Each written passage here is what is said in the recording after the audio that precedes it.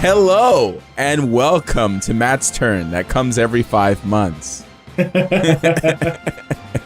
Welcome to Dad and Sons, the Patreon supported Dad and Sons. Just be the name of the episode. Matt's Turn. Dad and Sons 125. Matt's Turn. Right, yeah. Matt's Turn. Man, some craziness has been happening. Hell yeah, it has. Yeah, it's been a really busy week for like a lot of people for good and bad reasons, and we're one of the good ones, I guess. Yeah, definitely good ones. Definitely good ones. What? I've been playing some garbage. What Some have you guys been garbage? playing? I love garbage. Some fine ass garbage. I know you do because you said this game was good. Me? No, not you, Liam. The person, the box below you. The master. George. The empty chair with the bathroom voice coming in from the other room. I played A Way Out with Patrick. I am very jealous and happy for you and mad because, wait, you didn't like it? George, this game is a tragedy. George. Okay. The writing for this game is so bad. And all right, I'm gonna say, I feel sorry. This is the guy who came out who said, fuck Hollywood. What did he say? I can't remember. He made Tale of Two Sons, right? Like that was Brothers was good, man. I enjoyed it, but probably because it was in another language. Because anyone who has played it knows what I'm talking about. They explain everything that they're doing. Everything. Okay.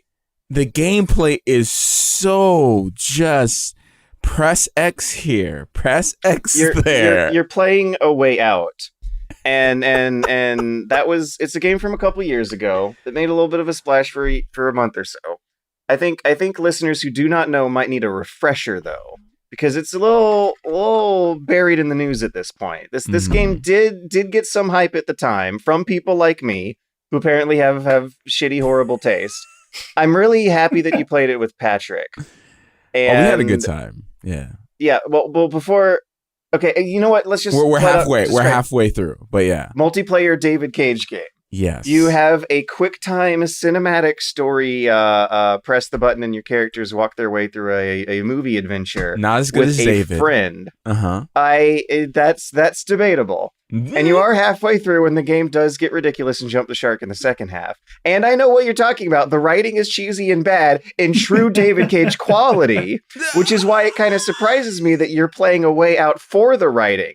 Because what I remember being cool about this game was how clever it was for having two players look at two different angles of a QTE event and have things like the failures or emergent improvisation still carry over into the other player's experience. Like you're sneaking out of jail with another player via QTE events through what's supposed to be a movie that you two can stumble and bumble your way through together. Okay. All right. So George is over here is romanticizing this fucking game over here. All right. So this is what you actually do to break out of jail. All right. So you need to get a wrench. So one person presses X on a person, right? Distracts him. The other guy goes around and presses X on the wrench. And then one person who doesn't have the wrench goes around security and puts it through a vent. Right, so the other person puts through the other side of the vent, and they get it. Security doesn't notice, and they keep doing that throughout the whole game. Like security is so garbage. They look like little Japanese men. All right, they have no muscle. No, this is not America. This is not America. Whoa. Yeah. Whoa. Dude. They're Japanese police. They're dressed like Japanese police, and they look like Japanese police because they look like they don't. You sound like my World War II veteran grandpa over there. Dude, you pass a wrench that you're not supposed to have right behind a guard through a window with bars on it. Dun, dun. The guard is actually. Oh, please. The guard is patting you down before you go into the cell, and you can just pass a dangerous item through the bars. Colonel, we've passed the dangerous item out of our cheeks. It is so bad. There's no, I thought it was hilarious. hilarious. It's okay, funny. Yeah. It's an Because action we spent comedy adventure. 80% of the time laughing. 80% of the time laughing. Me and Pat were like, That sounds like a good time. That sounds good, yeah. All right.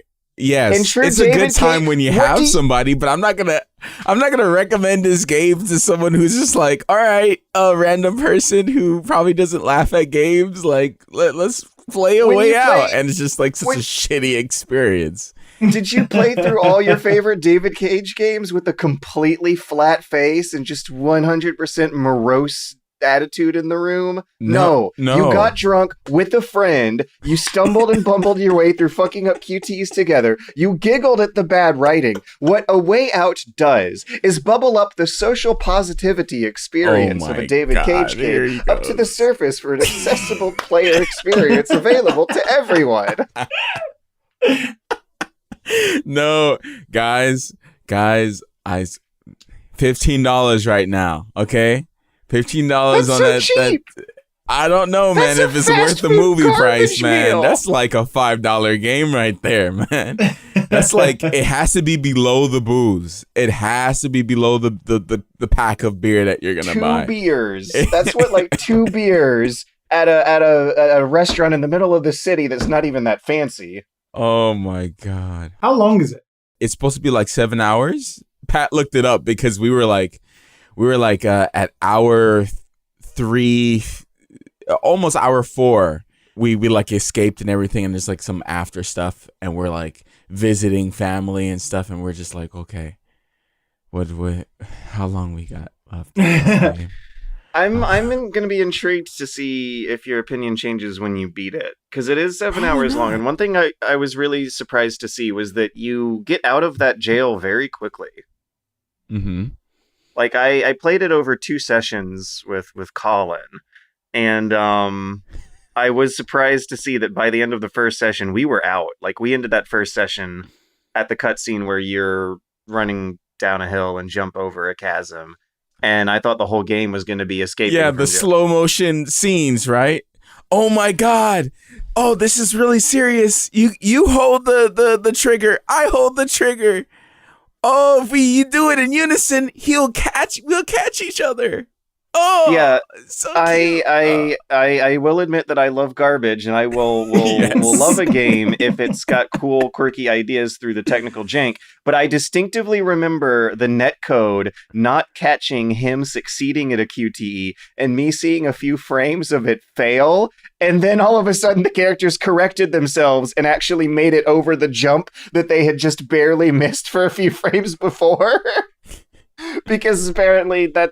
The timing in which he put his QTE in was like right at the end of whatever valid window the system was registering it and animating it. And yeah, I know what you're talking about. You might not remember this because it's been a while, but let me see how bad this section was. The boat section. Ah, yes. Of course you do, because the Like a boat fine section wine. was absolute shit. That was hilarious. Literally, no matter how hard you paddle, the game pushes you down that fucking river. Oh, Liam, you should play this game. That boat is built like a fucking champion. This doesn't You're sound like, how did they make this bullshit? I want to see Liam A mad. Way Out is hilarious fun. I want to see Liam say, this game is shit. It's not shit. It's cheesy fun.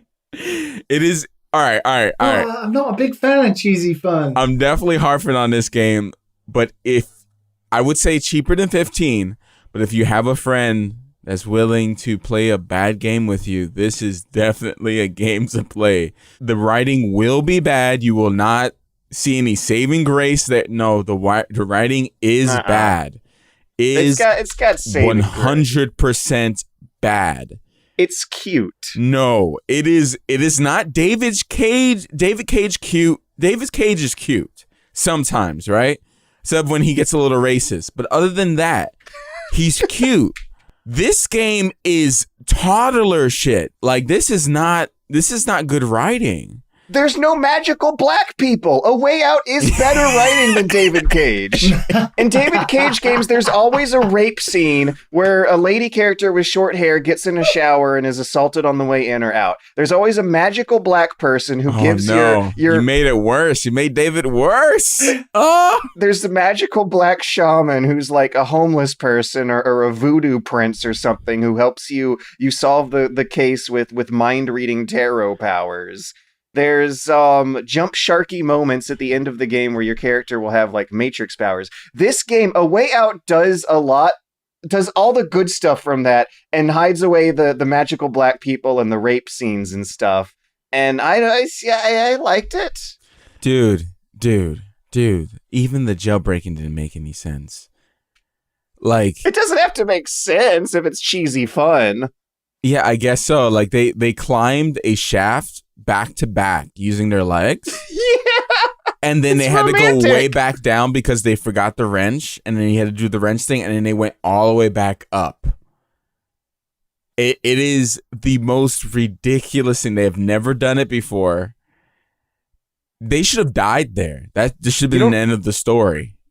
Did you ever play Splinter Cell Chaos Theory with a friend and scoot each other up ladders together back to back? They are trained for that. You're giving me ammo. They're trained for that. Two random dudes, right? Old dudes. Really? Okay, this is what my goodness. Wait a second. This is what people outside of the US think about US jail and how things are. Okay. For sure. What if I told you that... Go to sleep, inmate. Go to sleep. What if I told you that you may or may not find something out about this weird thing in the story you noticed during a plot twist later? I'm going to finish it. Dang it. I paid $15 for it, man. And I want to hear if your opinion of the writing changes after you finish it. No. That's all. No. Me and Pat are just going to be like, all right, it's done. Sure you are. Yeah.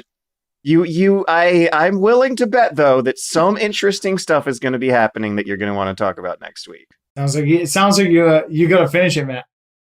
Oh, I'm definitely going to finish it. You're going to finish it. We're probably going to be talking about Persona for half of the end, but we're going to pay attention to some of it. Pay attention to some of it. I've been playing way too much Persona. It almost sounds like you're playing, like you're doing what you're supposed to be doing with. I don't want to dwell on A Way Out, but it does sound like you're having fun and enjoying it. This is almost the way you're supposed to react to it. Like you were laughing, but it's like painful fun. It's like, oh my gosh, this hurts and tickles a little bit. Like that's how it is playing. I'm sort of masochistic and also enjoying myself. Yeah. It's like, oh, it's like a really good bad relationship, you know? Liam's face, the face of real pain. It's about two friends who don't get along. It's a game about a troublesome, rocky companionship that has a silver lining through all the bad moments. Oh my God. Sounds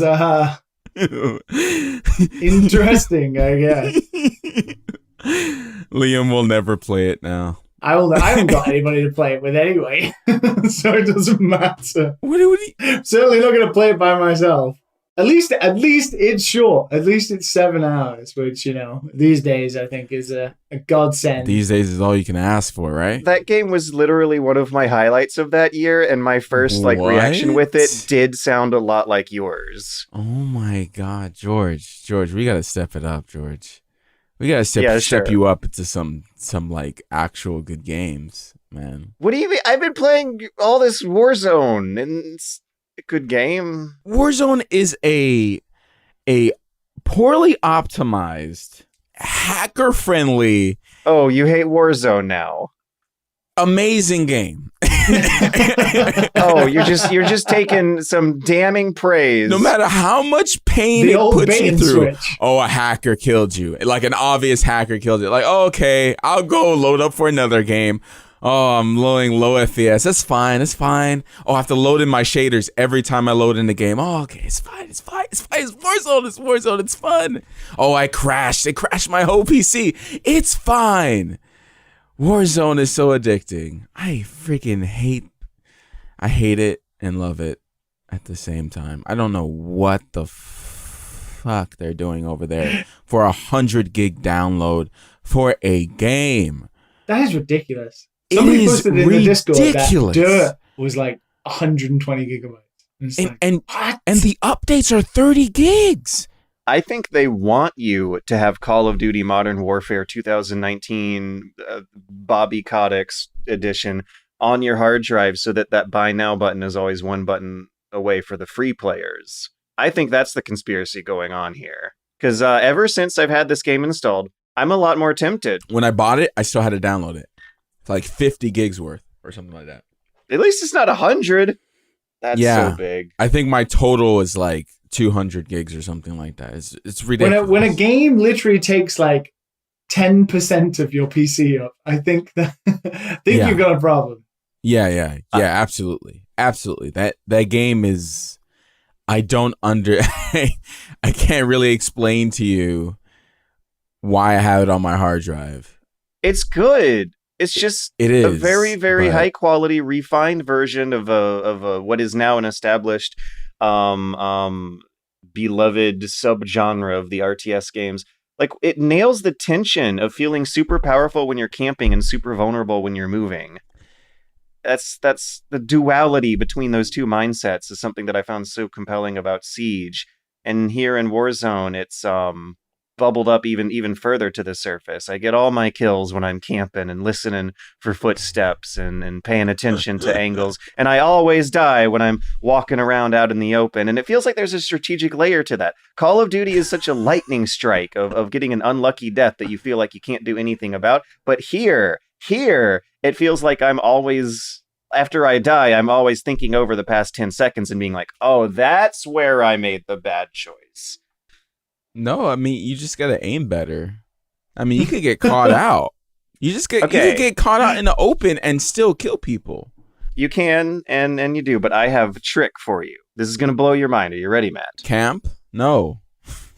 Oh my god. You know how when you spawn in the gulag, you have a red outline of the other player that you can see? Yeah.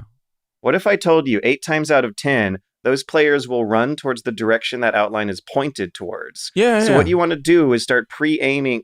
Oh, you already... Yeah. I get that. Yeah, for sure.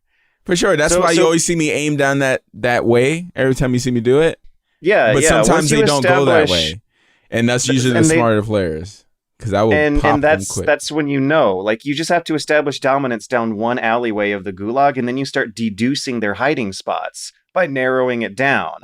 So, like, there's only 3 ways to run through that place, so that means they're on the other 2. You can use a piece of equipment to flesh out one of them, and then you've narrowed down their hiding spot to the last hole. It's like, it's mind games. It's like there's psychology to it. Well, they used to be mind games. Now they changed the gulag to some absurd trash. Snipers and fists. Have you guys played Hyperscape? Sounds good. No? I want to. Sounds good. Yeah. It's interesting. I mean, I can't believe I've been getting into BRs recently, but like, it's I love them. They're like good Battlefield games. You can revive your guy. You can revive your teammates at any time as long as you're killing other players. They can just go on their body and you can just revive them. It's a more Overwatch thick. It has an Overwatch thickness to it. You can't just die immediately. You have to actually be aimed on. A bit of a time to kill. Yeah. And the guns are a little bit wackier and stuff. It's interesting. The music is good, like Apex is. But yeah. It does look a lot like Apex. Yeah. Is it already out? No, it's on like the Twitch drop thing, so you have to like watch somebody. I watched somebody for like 5 minutes, and I was like, and someone said they were waiting for like 25 hours, and I was like, nah, I'm good. But I got it the next day. So I was like, all right, let me try it out. How big was that install? Huh? No, it was short. Small. Okay. Warzone is the only Not tragedy Warzone. here. And it runs good. Apex runs good. This is like Mirror's Edge. Hyperscape runs good. Everyone else runs good. Warzone is the only one who shits on your PC. I think the design of the city looks really nice. Yeah. And things like the city like kind of like breaks down. It's so interesting to see everyone's like view on BRs. Like every BR change, it changes. I'm super jazzed about it now. Yeah, it's interesting. Like I can't help but notice every big BR game I've played, the past 3 big BR games, I've enjoyed every one of them. Yeah. Like I'm having a blast with these good BR games coming out these days. I might be interested in playing this one. It looks pretty good, actually. Yeah. Is it all city? I'm not seeing a lot of like fields and outdoors. It looks like stuff. it's like some sort of French Parisian city. Yeah. Like a Deus Ex Neo Renaissance. Yeah, it reminds me a lot of Mirror's Edge. Mm-hmm. And you could double jump and climb up things. Like it's a much faster game. Having fun movement there's a lot of like cat and mouse type gameplay. Run away. So Yeah, it all depends for on the hiding spots. Yeah, it all depends on like what type of gameplay you like. In Warzone, you can die quick and be Cat done. and mouse is such a good way of describing it, though, because it's whoever comes out of their hiding hole is the one who's gonna die. Yeah, but yeah, it's this one you're out there. You're not sitting in the corner. You're out there. You're running around. Things are falling down fast. So wait, hold on. Have you actually been playing this or just looking into it? No, I played a few rounds. So you went through the Twitch wait up process. No, that's what I said. I only watched Twitch for 5 minutes. Someone said they were there for 25 hours, and I closed Twitch. And I was like, no, I'm going to sleep. And then the next day, I had an invite. Oh, okay. Yeah. So you didn't have. Sorry, I don't fully understand how the system works. It basically you're supposed to go into a drop activated Twitch stream, because you have to link your Ubisoft with your Twitch account, and it just sends you an invite. Remember giving Bobby Kotick your phone number for Warzone? Well, the thing is, the reason why they do that is to catch cheaters, because Warzone has a lot of hackers. Like, a lot. I didn't notice how bad it was until the update. Something happened during the update. A lot of the YouTubers have been, like, sharing a bunch of videos, and I was like, oh, damn. So I'm not the only one that, like, it's gotten really bad. Which kind of sucks, man, because I really enjoy that guy. I don't know. I play for fun, but getting shot from across the map is not necessarily my ideal fun. It's like, oh, I was doing a good round. Are you sure? I don't know. I like signing in and just get shot in the head immediately. Then I can end the game and go carry on with my life. Like their camera just like zooms around to their head, or they know exactly where you are. Yeah. Yeah. Do they give you a replay like in old COD? Mm-hmm. So you can tell when somebody's just like. They like pre-aiming and then they wall bang you because they know exactly where you are in the house. Yeah. They shoot you from the floor. Like it's nuts, man. It's nuts. Hot damn. Yeah, people can't win on their own, so they want to cheat. It is such a good game. I'm not gonna lie. One thing that I'm a big fan of is how far just stealth in that game gets you. You know I'm a fan of stealth games. I play Persona like a stealth game. And watching you play Persona recently gave me anxiety. Waiting for the shadows to move across the hallways and then running away from them until they don't cross the threshold in the doors. You could just go circles around them. They don't. They don't catch up to you. Yeah, you can just kite them away. It's fine. You can play Persona like a stealth game. Wait, how far are you? Yeah, let's not talk about it. Let's not talk about it. To make a comment. Yeah. I'm like over 60 hours in. Like I'm deep in there. I gotta catch up to Pat. Pat's basically done, and I've been slipping. But like 60 hours is pretty damn good, sir. Compared to George's 6, I think. Oh, for a second I thought you said compared to George's dick. Wait, what? I mean, 60 would be pretty good, I guess. I really like me some Persona 4. Like it's damn fine game. It's surprisingly very open writing for a Japanese game. Like it's just the subjects that they talk about is just interesting to hear coming from a Japanese developer. I don't know. It seems a lot more human. Am I wrong in this, Liam? Like I agree with you. Sometimes I watch some anime that's like very forward thinking, and I'm like, oh damn, like this is cool, but like you just don't normally see it in JRPGs. No, like it's actually not that bad, man. For an old ass game like this. Yeah, Persona's always been hit and miss on that kind of thing, but I think 4 nails it. You know, I mean, the whole point of the Persona series is about building bonds and social links with people, right? So the writing reflects that you're making connections with human beings all the time. So you're exploring various different emotions of like various different states of how people are feeling. And then especially in Persona 4, where you're dealing with the anxieties and the fears and worries and the imposter syndrome that the characters suffer from, that, you know, the writing has to be strong enough to be able to get those things across. And I think Persona 4 does that. And that's why it's stuck around for 10 years now, nailing it. Yeah.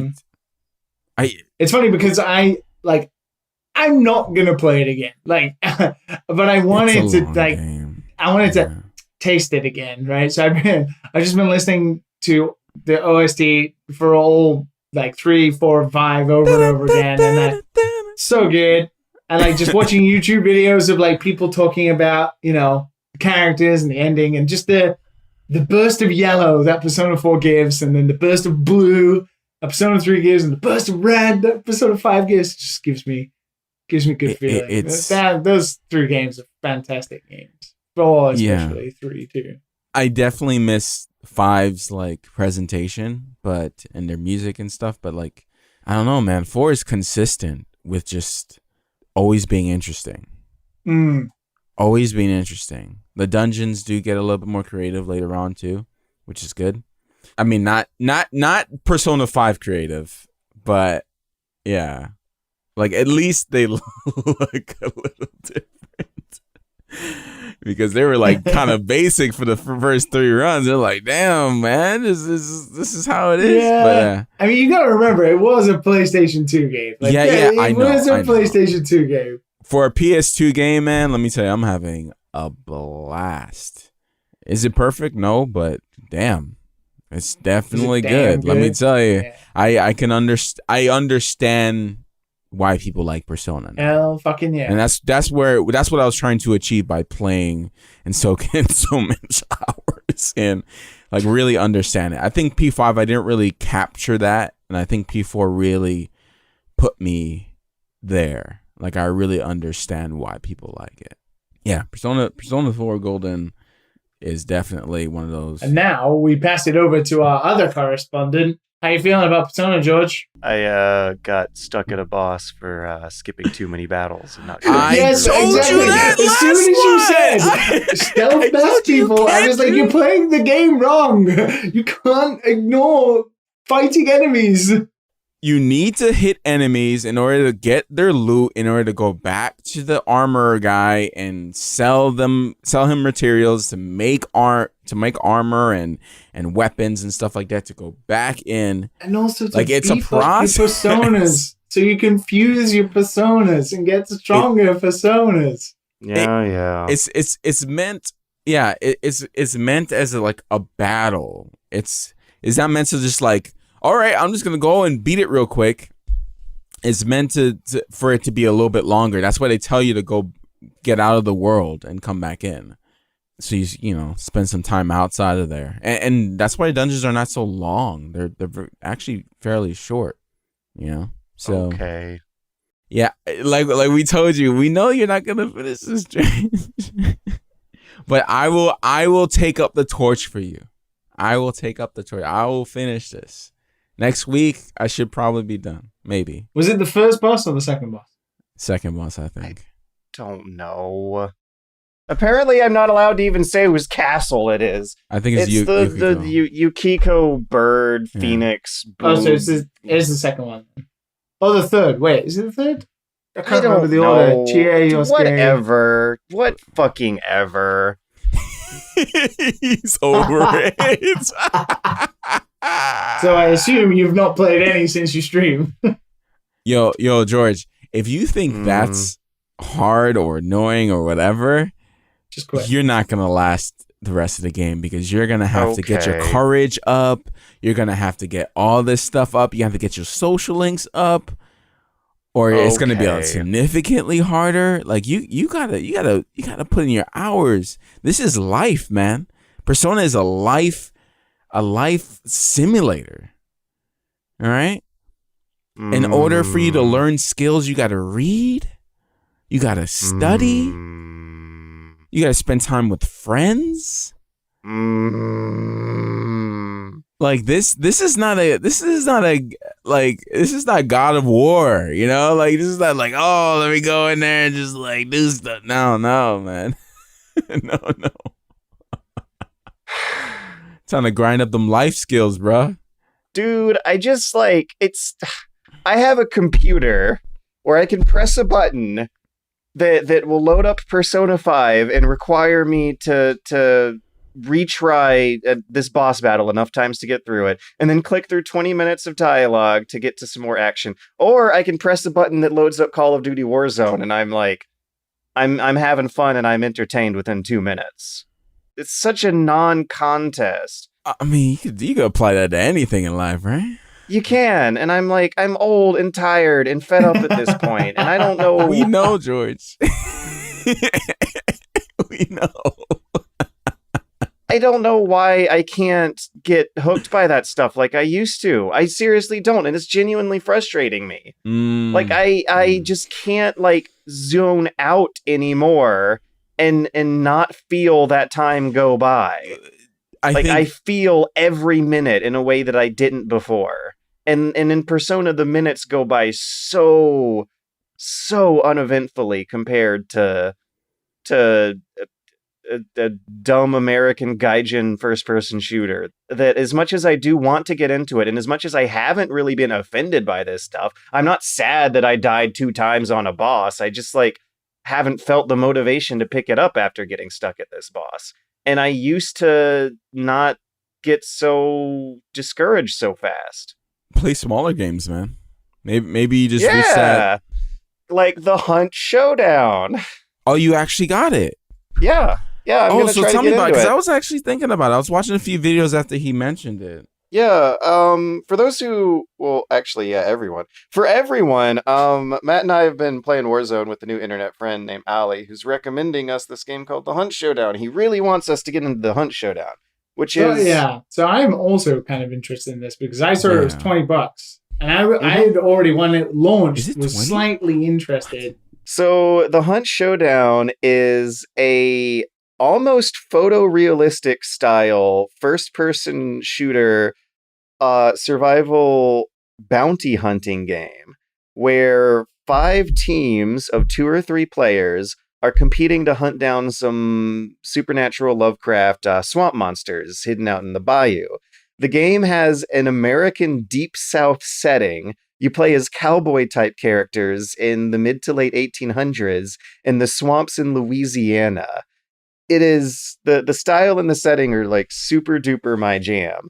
And the action is stealth horror multiplayer sniper duels. Since you're using cowboy weapons, they shoot like one shot every 2 seconds or so. So every fight turns into a like one shot, one kill sniper duel where you and a bad guy are like competing over hiding spots that are trying to stay hidden from the monsters as well as the other players and peek at each other through the bushes. It has way more tension than Warzone or Apex Legends or PUBG and whatnot. And that's probably also attestable to the fact that they're only like Tarkov, right? That's what it looks like. Maybe. How many players total is Tarkov? It's probably around the same. I don't know, but like it's a map that's loaded, and you're around there like collecting. You're scavenging stuff, and there's people around. Yeah, like, it's the same. It's the same thing. This game's written by Crytek. Yeah. It's Crytek, the German boys, and they are making that engine of theirs stretch as hard as they can. There is foliage and beautiful, organic, outdoor style scenery. And one of the few games actually to nail the look of the American Deep South. They have the exposure of the camera set to where it looks hot and sweaty and muggy as hell. Oh, there's permadeath mechanics. So you build a character, and after you go through the progression system for the first 11 levels and get the equipment and whatnot, you also will be building a character that you have to risk dying permanently. And a lot of the way that they built the gunplay and the second by second action around it is to try to get you thinking over whether or not you really want to commit to combat. Since there's permadeath, you can quite likely load into a match and not complete the objectives and still escape without getting into a fight or dying just for the sake of preserving your character. The combat moves are very, very slow and heavy, and players kill each other very fast. AI enemies are a lot more spongier though, so you will be having a lot of combat that is still against other enemies instead of the player, so those more safer rounds aren't totally uneventful. I feel like I'm describing things way too fast. Maybe I should hold up a bit. Do you guys wait, maybe you guys should ask me a question. Have you lasted to the end? Yes. Yeah, we have we played about 3 rounds last night, and in one of them we hunted our bounty and ran away, and the other 2 we died. But the one where we hunted the bounty and ran away was really, really interesting because we could hear other players. It was like tracking each other through the forest. Like, you hear their gunshots at a distance, you know what objectives they have, and you kind of like stick behind the tree line of each other to stay hidden. While waiting for them to do their business, you listen for gunshots coming out of the bushes where they should be. I'm looking at these reviews, and a lot of the reviews have played hours. Yeah, that's like 48,000 very positive reviews. That's pretty tasty. Some of them not recommending the game have like 2,000 hours under their belt and stuff. Like, it's just like, jeez, it's ridiculous, right? Hopefully at that point they know their decision has hopefully been made. Yeah, I mean, they probably got their money's worth with 2,000 hours. Not recommended. But yeah, if outdoors Lovecraft style most dangerous game hunts where you're just imagining a guy in a top hat and a monocle looking out of a field and holding a rifle over his shoulder and being like, yes, the hunt is on, while eldritch tentacle monsters are hiding out in the forest with the human hunters, then this game should totally be your jam. I had a lot of fun with it during the little bit of a time that I spent with it, and I want to give it another go. It also looks really, really good. If we can rally in our new channel, the Looking for Gamers channel, in our new Patreon supported Discord, I might be down to play with some dads, sons, daughters, or mothers, because this actually looks quite interesting to me. I'm down. I like PvE a lot, like with that tinge of a little bit of competitive PvP on top. I don't think it's a little bit now. It's not a little bit. It's like half. Okay. But that's fine. As long as it doesn't immediately stress me out, then I'm okay. Imagine a competitive monster hunter with guns. Yeah. That sounds like a very good game. Yeah. There might be something here that could really, really sink their teeth into us. I thought it was cheaper, but it's not. So, yeah.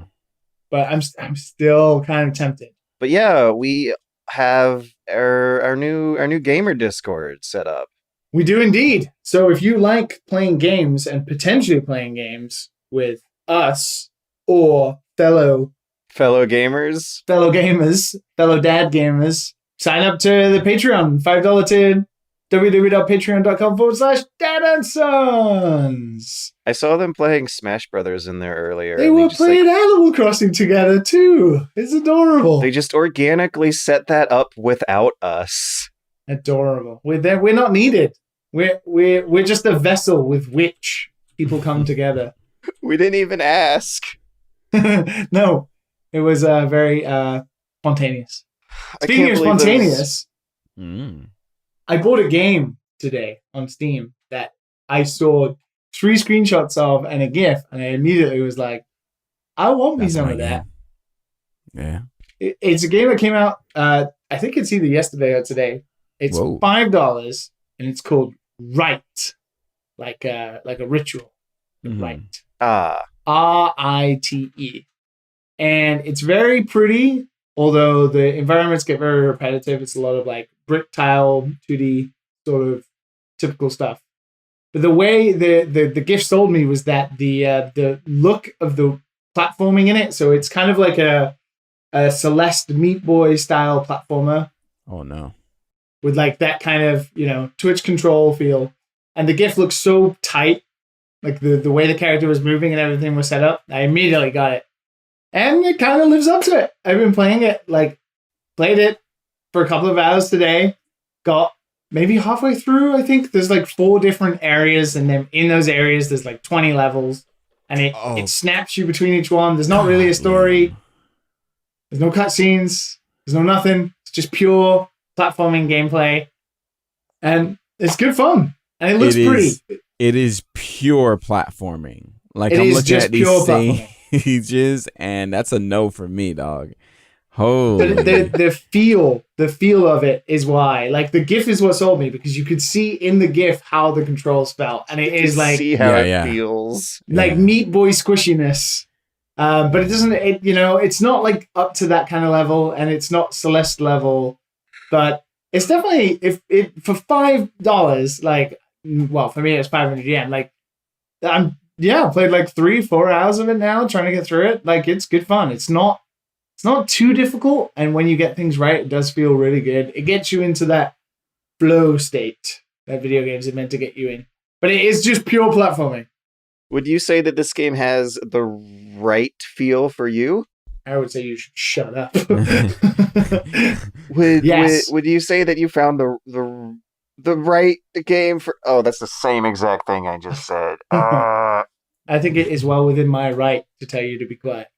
I don't know if you're right about that one. But I want to go to the right and swing into a different way, because that's kind of, I played a little more of F1, a little more Xenoblade, but that was the sort of new game I played. Wait, you still play Xenoblade?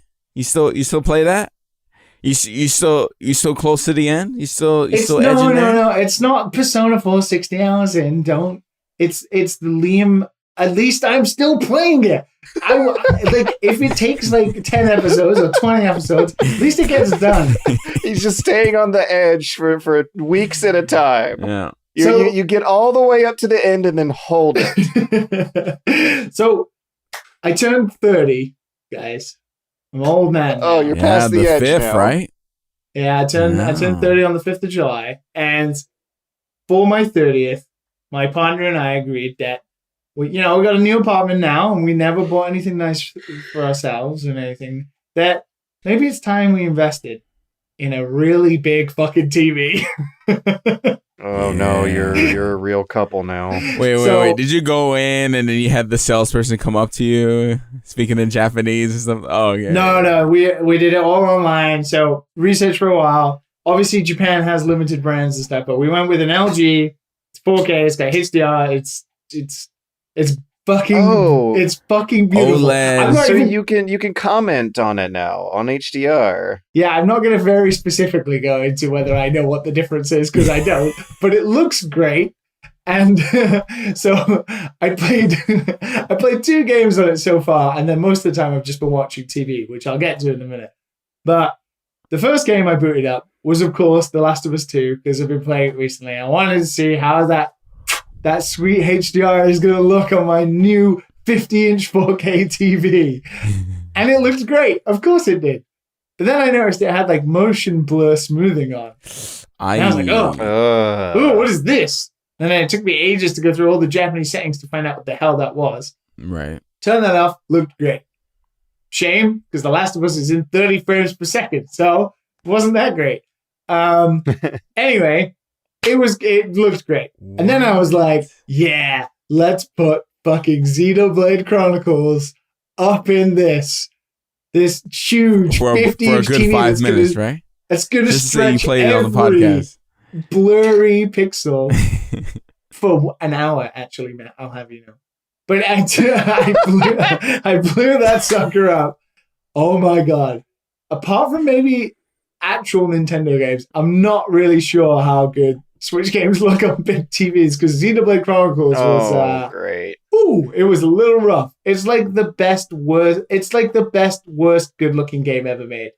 It's got such great art direction and it's beautiful, but then you blow it up to a resolution in which it certainly cannot handle, and you're like, ooh, maybe not. Maybe I'll go back down to the handheld and play it for a little bit.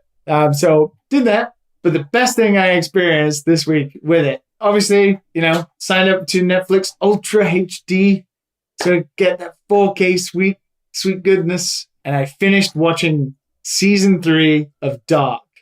I'm just glad you didn't say season 2 of Agretzko. No, one day. That's a Patreon tier in the making. Ryan, put your $100 down and we'll do it for you.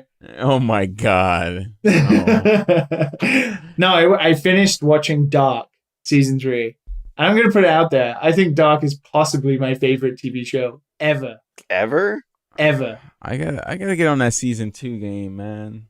It goes places. And not only does it go places, I have never, we suffer from this thing in media and like TV and movies and even games where people have this grand idea. I want to almost say the Kojima-ness of like levels of story that get so many different plot points, so many different things going on, so many different characters, so many different times, and then try and tag it all together, and it never, ever, ever fucking works. Yeah.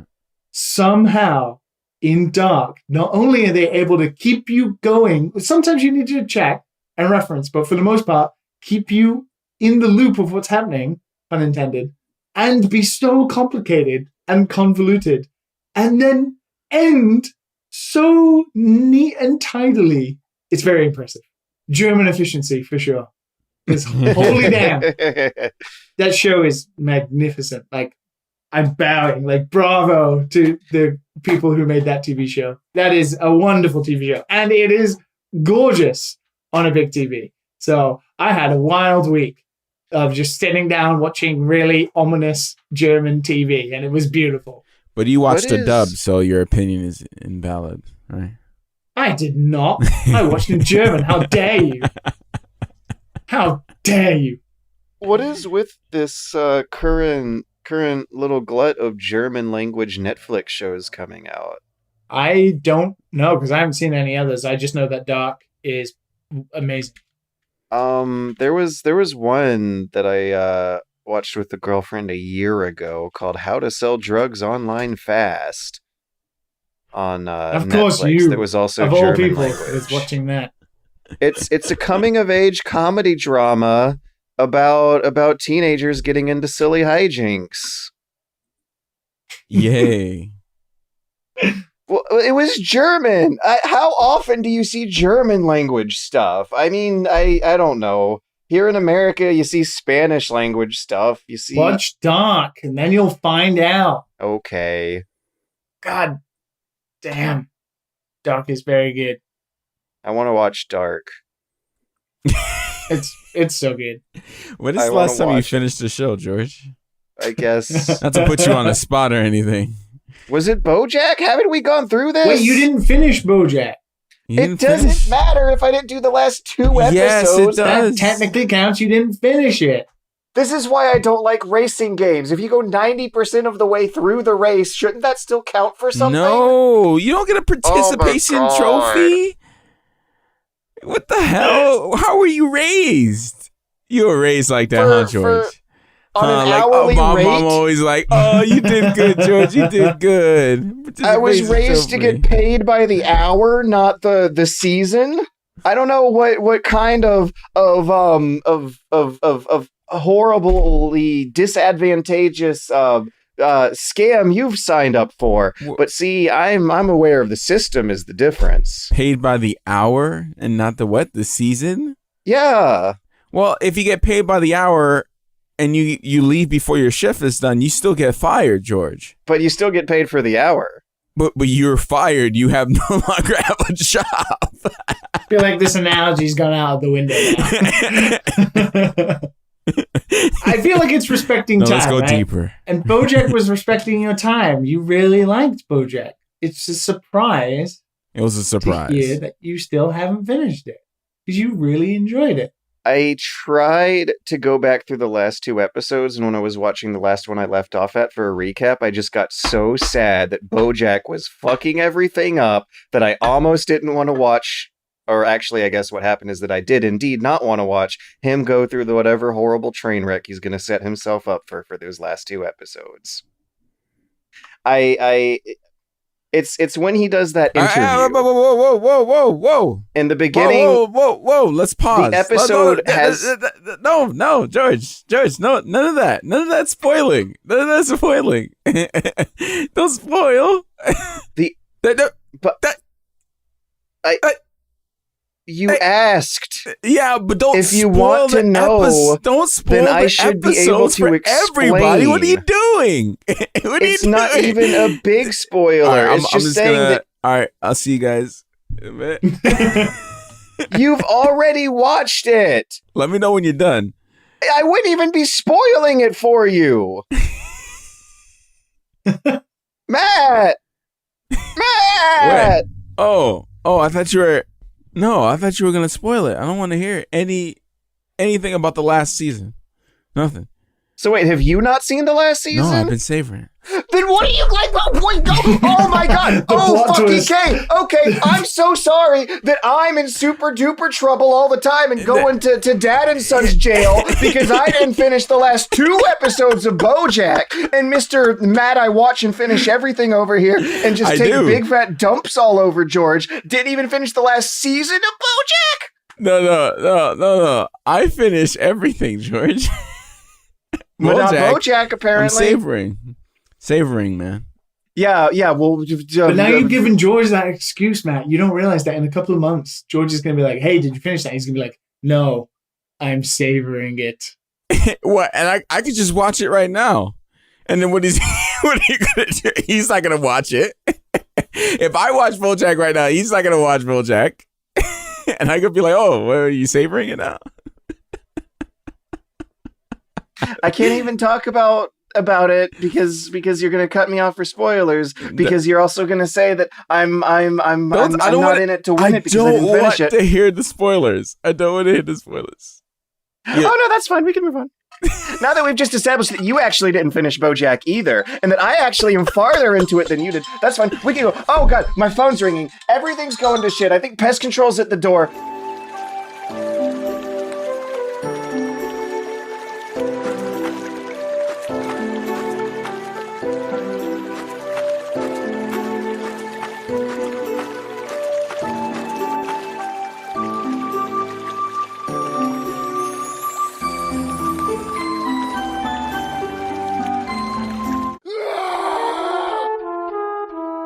Hello, and welcome back. Hello.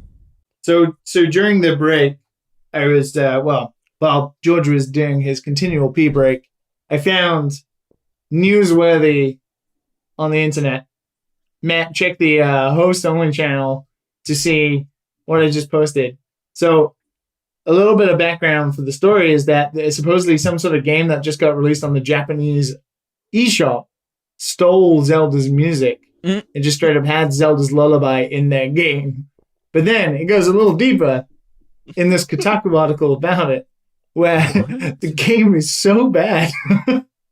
Like some of the tweets to do with this game, which is called Final Sword by Hoop Games. We can't tell if they're Korean or Japanese, but it looks like somebody's first Unity project in like a not a Unity's bad, but this is the lighting is like so wrong, and that is absolutely Zelda's Lullaby. I don't even know if they're really hiding it. That is absolutely Zelda's Lullaby. So wrong. Yeah, I don't know how they got away with that, to be honest. I mean, Nintendo's vetting process for being on the eShop. I mean, if you can pay money, you're on the store. So I'm not really sure they have rigorous testing. So the Kotaku article about it talks about the Zelda thing, but then it posts a lot of tweets about players stuck on a section where it's a platforming section where a block moves, but the player runs onto the block and the block moves underneath the player and the player doesn't move. Like the ground is just not connected to the player. Liam and I were laughing our ass off at this over the bathroom break. If you want to like look at what just picture perfect video game humor, this is exactly what us gamers see when we close our eyes and just imagine a good hearty joke in a video game. And thankfully it translates to audio very, very well. So I'm gonna ask I'm gonna ask our editor here to throw in one quick sample of the following audio drama, if you will.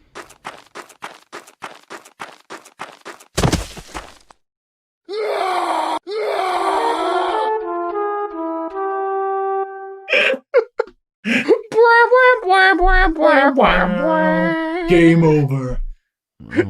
As you said, George, the juxtaposition between his blood-curdling scream and the Larry David-esque game over womp womp is amazing. Like the character design, the atmosphere, the scream itself is all the exact opposite in tone of that music. And there's comedic timing too. Like there's kind of a hilarious pregnant pause between the scream and the music, like you're waiting for something and then it awkwardly cuts in. It's just good comedy. It's just good comedy.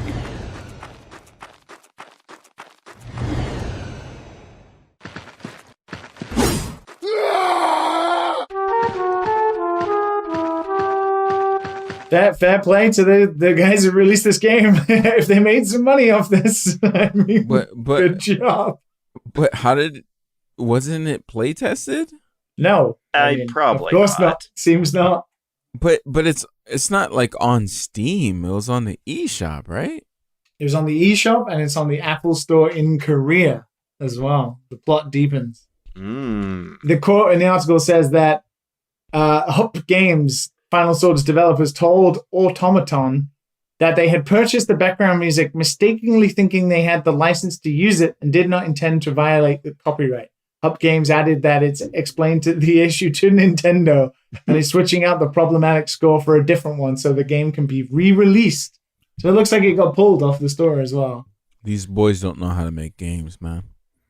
It's interesting that we're reached a point in the timeline where young amateur developers are not able to recognize a theme as iconic as Zelda's Lullaby. I wouldn't go that far. I feel like they knew exactly what it was and they thought they'd bought the license. Like, because it says they mistakenly thinking they had the license to use it. Oh, okay. Maybe something got lost in translation then. I mean, looking at the game, I don't know. Like, I mean, okay. Trying to give them the benefit of the doubt here. At what point is it too mean to say that they totally did this on purpose to get some money? Yeah. Because it's honestly, too bad. It's too bad. The question though is if they would have made any money on it at all, because it doesn't look like it. Morbid like it looks curiosity. More work than it would have been worth. Morbid curiosity. George, you are the type of person who would buy this. If it was like $5, you would do it just to see how bad it was. You played A Way Out, man. This is not A far Way from Out it. looks nothing at all like the EA produced Brothers Tale of Two Souls guy doing a project with that is not a compare. Don't you dare talk shit about my wife. Dude, you can drown in an oasis in this game. You can drown in an oasis in a shallow pool of water. It's like you're really there. Beautiful. At the end of the article, you drown in an oasis. Final sword. It's like I'm really a final sword. I like the big enemies that have tiny hitboxes that they can only hit from behind. This goblin, he's just swinging his sword through this goblin's head, and it's not doing anything. Well, on to news ? The Xbox Series X version of NBA 2K1, or 2K, I guess it would be 21. What is it at now? NBA 2K21 is $69.99 on PS5 and Xbox Series X. The speculation then is that next-gen games are going to cost $10 more, or $70, which begs the questions, family discussion questions. Are we okay with this? What do we think it'll do with the market? Do we think the time is right for a price hike? Has inflation kicked in, or is $60 still that? Is $60 still feeling like a real pinch, and is $70 gonna be too much more? And is it too much more? At what point? What is the threshold to I think we reached it, man. to make games like? I mean, I think once you hit 69 and you say nice, I think that's it. You don't go above the nice. So I just wanted to point out, it's super weird because in Japan, price variance has existed the whole time. There is no standard in Japan. Like, some games will come out and they'll be like 8,000 yen, which is like $70. Or there'll be some games that go up to like 850, even 9,000 yen. And that's, I don't know why. It happens with some popular AAA games sometimes. I don't know if it's to do with stock or something. Just in Japan, it's easier to set recommended retail prices at certain points. But there's no standard in Japan, so it's quite surprising. It seems crazy for me to imagine a AAA game coming out for $90. I do have a hard time imagining mass markets buying that, if that's the default lowest buy-in price at launch. When was the last time you paid $60 for a game anyway? Yeah, you're right. I feel like I did do one this year. I definitely have. I bought Xenoblade Chronicles. I guess that was 50. Yeah, Animal Crossing. It was Animal Crossing. Bought Animal Crossing, yeah. It happens. It's not common, but it does still happen. But it used to be common, right? Because every game was that. Now we live in an era where games are $5 on Steam and you get 5 to 6 hours out of them, or even more, and there's loads of free-to-play games, and you get a game like Hunt the Showdown, full-on, almost AAA-esque levels of production, and it's $20, right? So it's weird. I understand why this is a news article and stuff like that, but it's next gen, right? These games are going to be expensive because it's going to be it's the same as when the PS4 came out. They're going to be the highest they possibly can be priced, the same as the console is going to be. But it doesn't. I think it'll level out again. Because there wasn't a price hike during the PS4 gen. The price hike to $60 happened for the 360 PS3 gen. It went up from like $49.99 to $59.99 in the UK, for sure. I remember games were like £50. Yeah. And then as soon as the PS4 game started coming out, it was like £60. In the US, they jumped to 60 with the 360 generation. Like with the currency conversions is going to be a little different. And you just said that the pricing tiers in Japan were always kind of over the place. Yeah, they're all over the place. Yeah, like I do remember being shocked at how expensive Persona 5 was on launch over there. I want to say $70 though. The $90 thing, like I'm gonna check.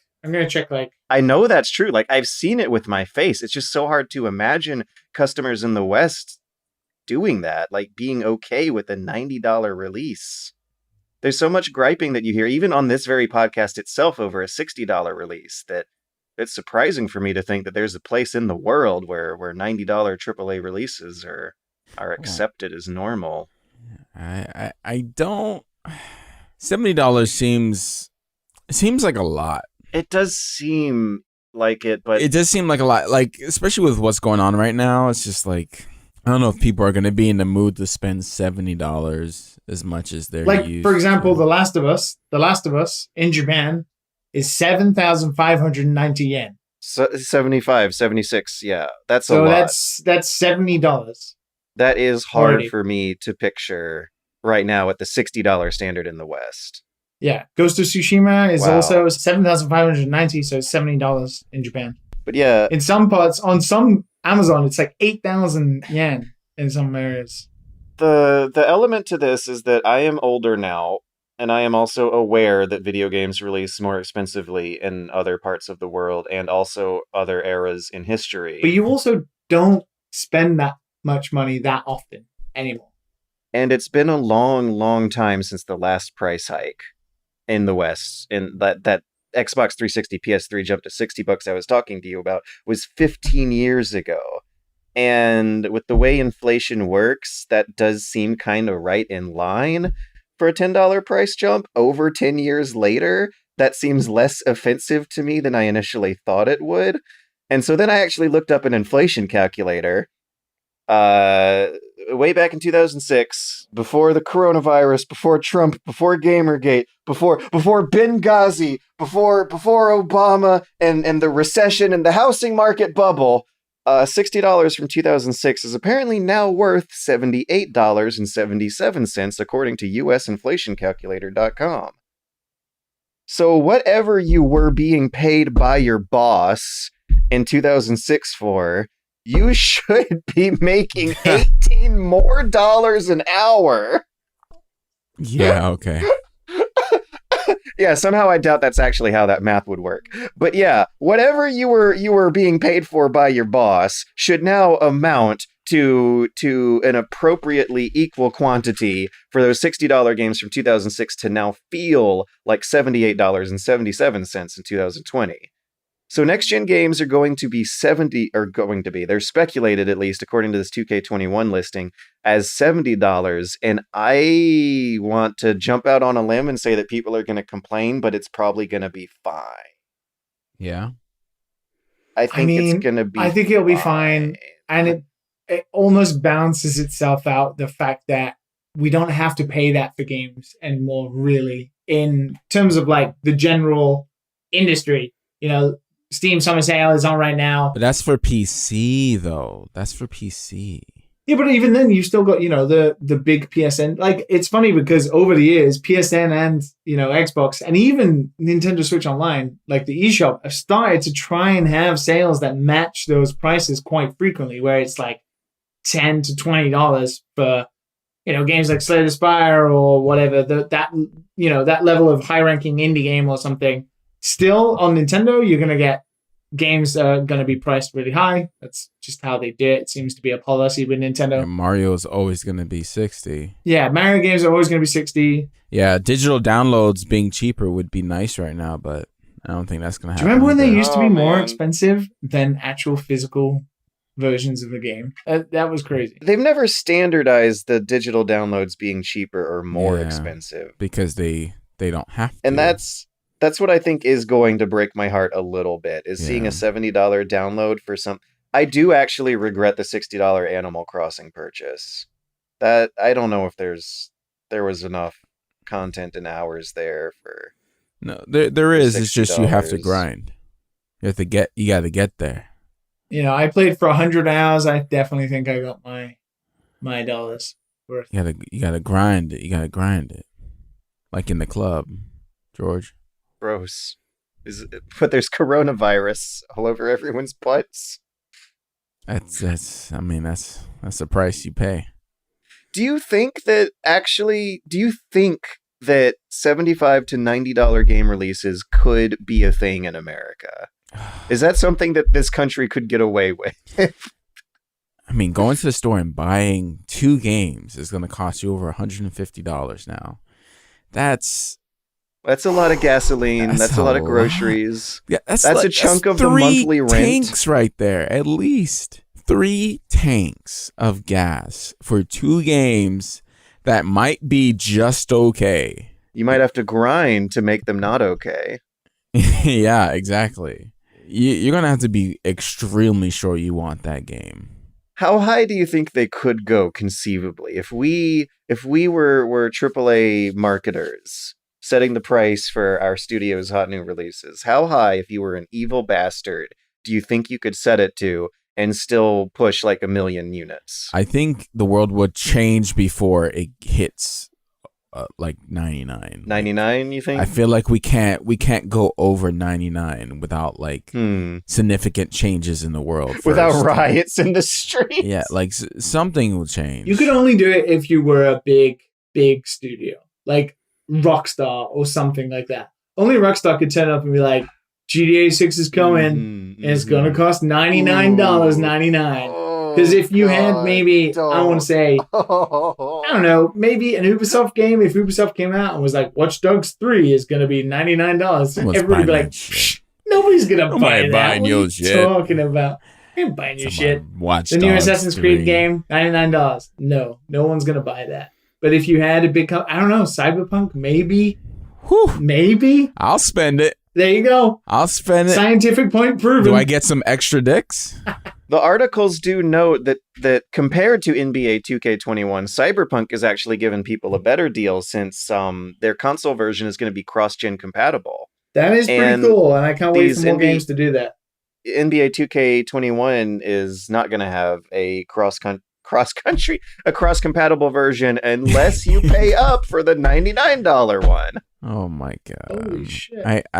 Man, all this talk about money, it's this sucks. This sucks. You know, it'll be funny if like PS5 comes out like, oh, our games are still going to be $60. Woo! That'll never happen, but that would be a boss move, a power play. You know how Nintendo's games are at least like a little bit cheaper. Oof. Yeah, I would like it if this stuff was tiered more respectively. Like a yearly sports game, it does seem silly to me that people will spend $60 or $99 for the special edition for a yearly sports release that's kind of a iterative update. And that's the same price level as like The Last of Us 2 will have, like a benchmark cinematic experience that's supposed to stick around and be a standard for a couple years. Whereas this sports game stuff, like these are meant to be replaced. You'd think that a game like that represents. Yeah, but I don't think that sets the standard. Everybody knows the people who are going to buy FIFA, the people who are going to buy Madden, and the people who are going to buy FIFA and Madden, no matter what the price is, right? Like that's what they do. I don't think that has any bearing. It's because like that's the only game they play. If they're gonna spend $70, they're gonna spend $70 on FIFA. And those guys might be the guys who end up playing battle royale games, or that kind of. And most battle royale games are free now, right? So there is some sort of trade-off, or there is a balance where people understand the value of what you can get for free. You can get a game that is 100 gigabytes like Warzone for free and complain about it, but you still got it for free. And I feel like, it's going to be harder for companies to hike their prices up without some sort of backlash or without value proposition of a game like Cyberpunk or GTA 6 or whatever, leading the charge. Yeah. The dissonance comes from how those games leading the charge are still priced the same as the games that are presumably a more disposable experience. Because it doesn't factor into us as, I don't want to say normies. I know they'll get away with it. I know why they're doing it, but the model would seem to make more sense to me if it was more of a 90s thing where the cheap pinball game on Nintendo was just a $30 and the big Zelda adventure though was the premium bigger than $60. I mean, I don't know what Zelda released at when it came out in 84, but it was definitely like 70 or above in 80s money. And remember the cheaper, how expensive games used to be? Like, yeah, those cartridges were not cheap to roll out of a factory. No, they were expensive. And they had a tiered pricing schedule where the cheaper games were of a cheaper cost. I mean, honestly, like, let me ask you guys something. Regardless of money or money troubles or anything like that, do you guys think some of these games are worth $70? Do you feel like you're gonna get $70 worth out of these games? Like, well, what do you mean by these games? Because the games that are $70 are AAA titles, right? Well, that goes back to what George was saying, right? And so let's remove like the stuff that are like you would think that would be good, like the Last of Us 2s and the Cyberpunks and stuff like that. Like, let's remove those. Mm-hmm.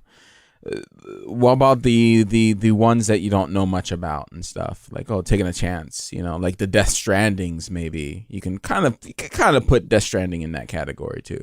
Like, you don't know what you're gonna get. So it's weird because I think we're in a different space where that kind of thing doesn't exist anymore, unless a game has super big marketing budget behind it, like Death Stranding or something like that. Tends to not come out at $60 or $70. Like, I would look at a game like Hunt the Showdown, because obviously we talked about it today, and we know it's $20. That would be a game on Xbox 360 that was $60. Right. That generation of PS3 and 360, there were way more games at that price because the kind of the middle ground was that it's a standard and everybody sets to that, right? As time has gone on, the value proposition of AAA titles has stagnated, I think, due to games like Assassin's Creed coming out every year and other, sort of annual series that we kept getting all the time, not necessarily just Madden and FIFA and stuff like that, but Call of Duty, Assassin's Creed, et cetera, et cetera. So when you have a game like The Last of Us 2 or Death Stranding, or let's say, I want to say Ghost of Tsushima as well, even though I think that's kind of an outlier, they don't come around that often anymore, I don't think. Mm-hmm. You think about Dark Souls or The Witcher or, these massive titles that you would see at E3 days past, but when they get announced now, it's like they don't really exist anymore. So those types of games that do cost $60 are maybe just there's not that many of them, I don't think, anymore. You've got those games that you're going to have to pay for, Assassin's Creed, Watch Dogs, but you almost just kind of forgive them for just being from big studios, but they don't necessarily fit the criteria, I think, of the same AAA that we think of with big marketing spend behind it now. They said Ghost of Tsushima, right? What else is Sony going to push?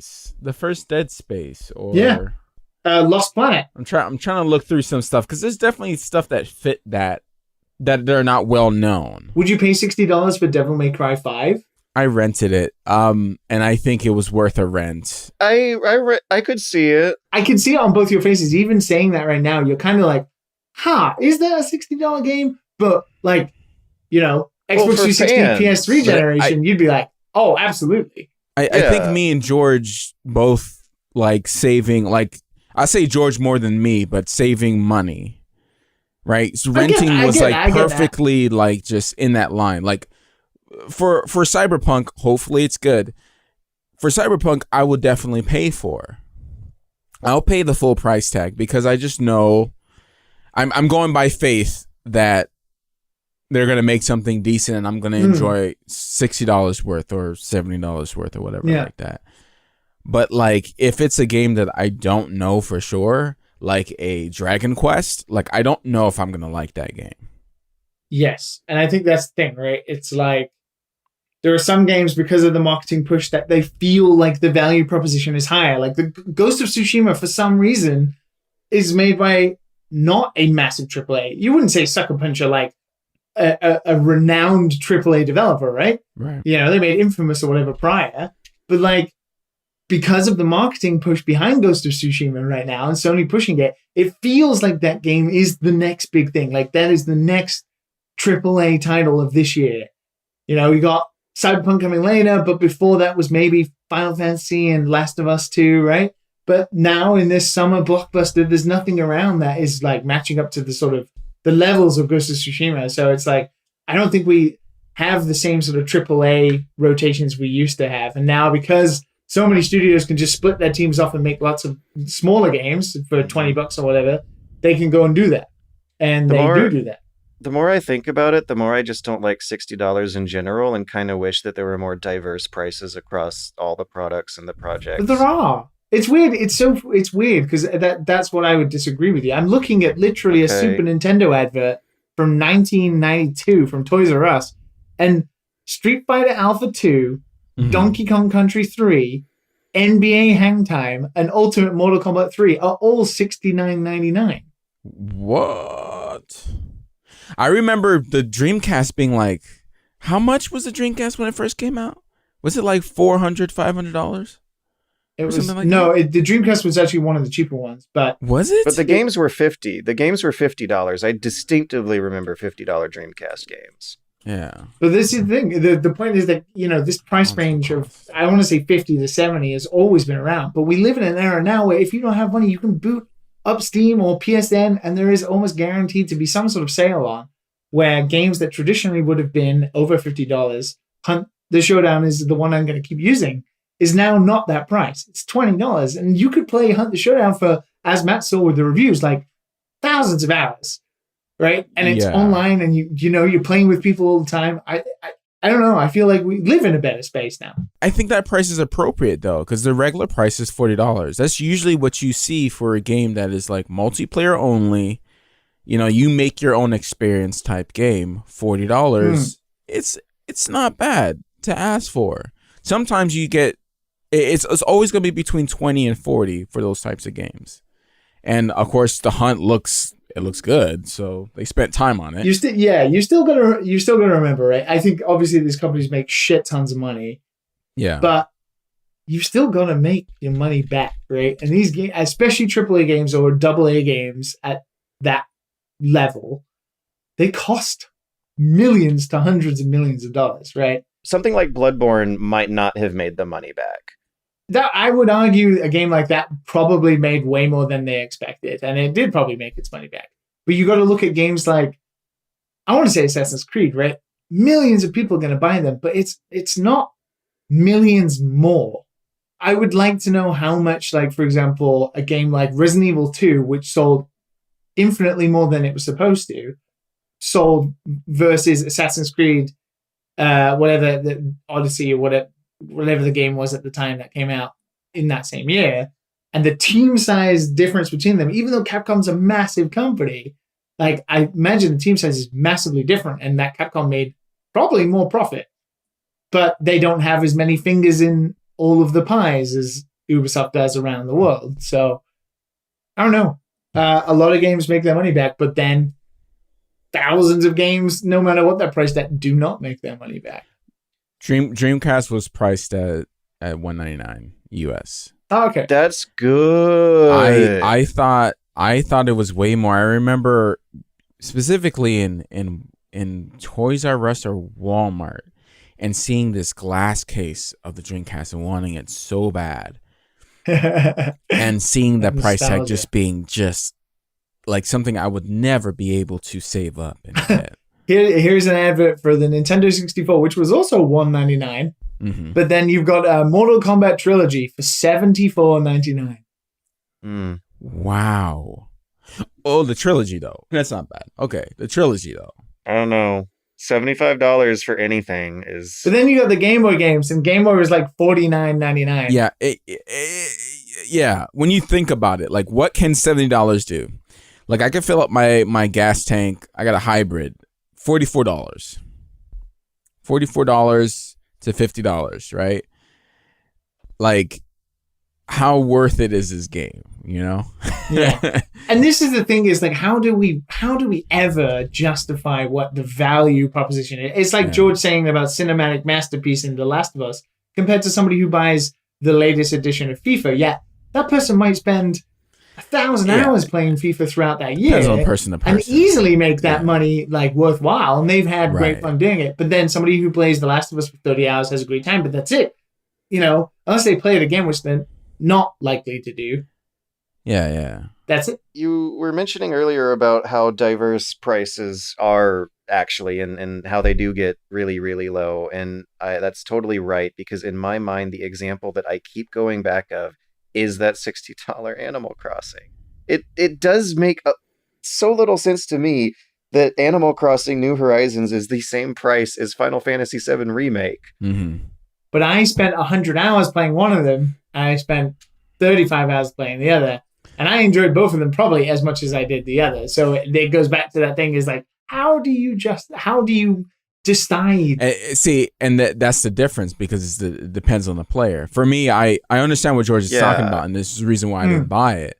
Is because I just knew I was going to regret my purchase. There's a lot of things on the Switch that I just like, I could get it, but I'm not going to spend that long on it. I feel like I'm never going to spend that much. Smash, I played endless Nintendo on that. games. You know, I've had some good stuff. But you know why I like Smash? I played it with other people, and I've created some good memories on that. And I think because Liam has his job, his group, he plays with people, he's on Twitter. I get more value out of it.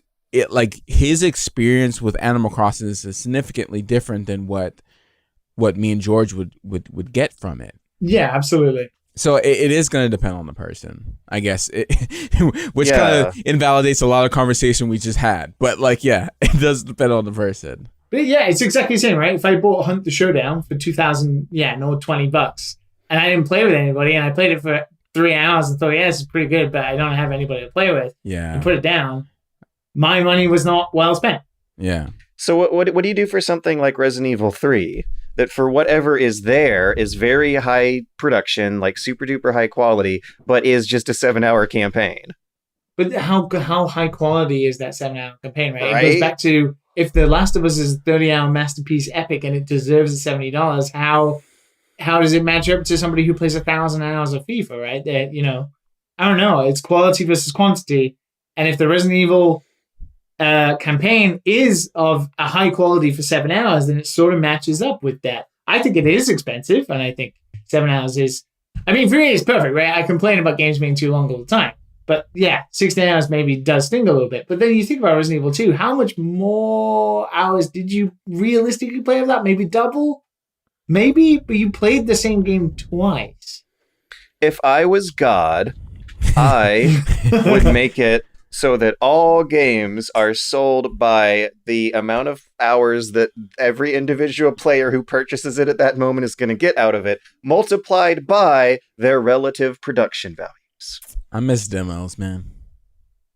I miss demos. Yeah, me too. Yeah. Which is so weird that the demos are coming back in the form of like indie developers getting their games out in some sort of guerrilla marketing through Steam. Games is fucking crazy, man. We live in a weird Ouroboros cycle of things just repeating, and it's great. Yeah. We never learn, but hey ho.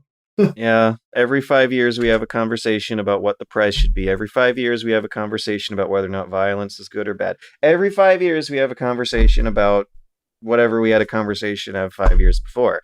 In the spirit of that, don't mean to undersell it, but this week we're going to be taking our discussion questions from the listeners from the new and fancy Dad and Sons Patreon Discord. So if you would like to hear your thoughts on people must be tired. Like, oh my god, I keep talking about Patreon. We got to give us Otherwise one we're gonna week. starve. 1 week of shilling out the people. Come on. It's 1 week. Come on. And then we'll go back to we won't be able to buy food. We won't be able to buy healthcare. We won't be able to pay our housing. We won't be able to buy $60 the sound in here games. is going to get a lot better in 2 weeks' time. Okay, so I'm just going to... My voice is going to get a little deeper in here. We'll be able to buy toilet paper and snacks. Yeah. As we speak right now, we are 120 Patreon strong. Thank you to everybody. Yeah. And we are 94% of the way through to our equipment goal of improving, especially my shit-ass microphone. I want to hear Liam in that crisp, sure...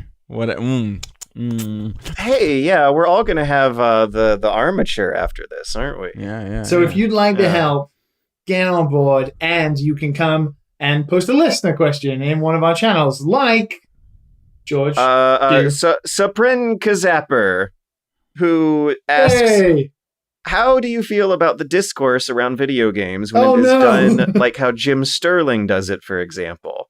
Very pro-consumer and overall morally good points, but with a very, very hostile language, deserved or not, towards the video game industry. Do you think being toxic against a toxic industry is justified? Should there be a high road to take? That's a good one.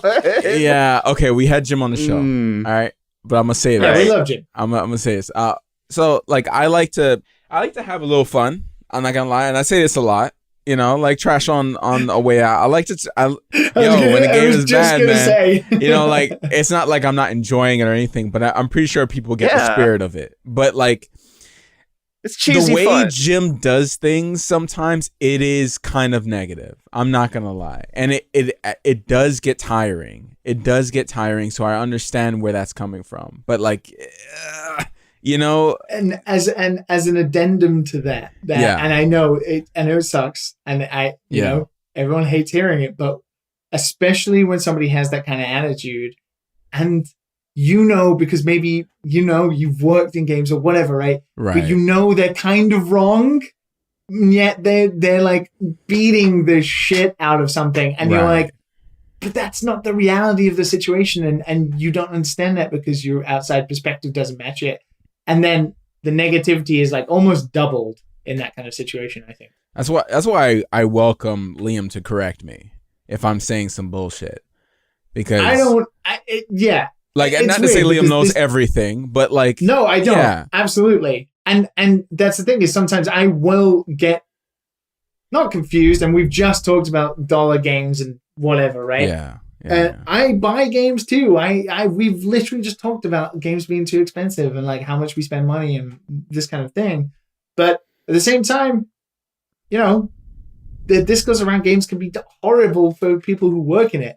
Like, we saw the Ooblets thing like last year or whatever it was, and like exclusivity, people hopping on about like people who take exclusivity deals. It's like, people need to fucking run a business. And like sometimes that kind of gets forgotten. Like, we're not talking about Ubisoft and we're not talking about EA, which are multi-conglomerate companies that sell millions of games. Yeah. But, you know, when you have two developers who are developing a game who take a deal with Epic, and then every YouTuber is like, fuck these guys and their fucking exclusivity. How could they fucking do this? And then you're like, whoa, this is like baby level, like throwing your toys out. And that can be tough. I think, you know, you from the other side, you're almost scared sometimes to release a game, because it's not only are you worrying about selling the game and making your money back and all this kind of stuff, but sometimes just like, what was it recent? Like The Last of Us 2. Nobody's talking about that game other than all of the shit on the internet, right? And it's like, for right or wrong reasons, can you imagine being involved in that game? You'd be kind of...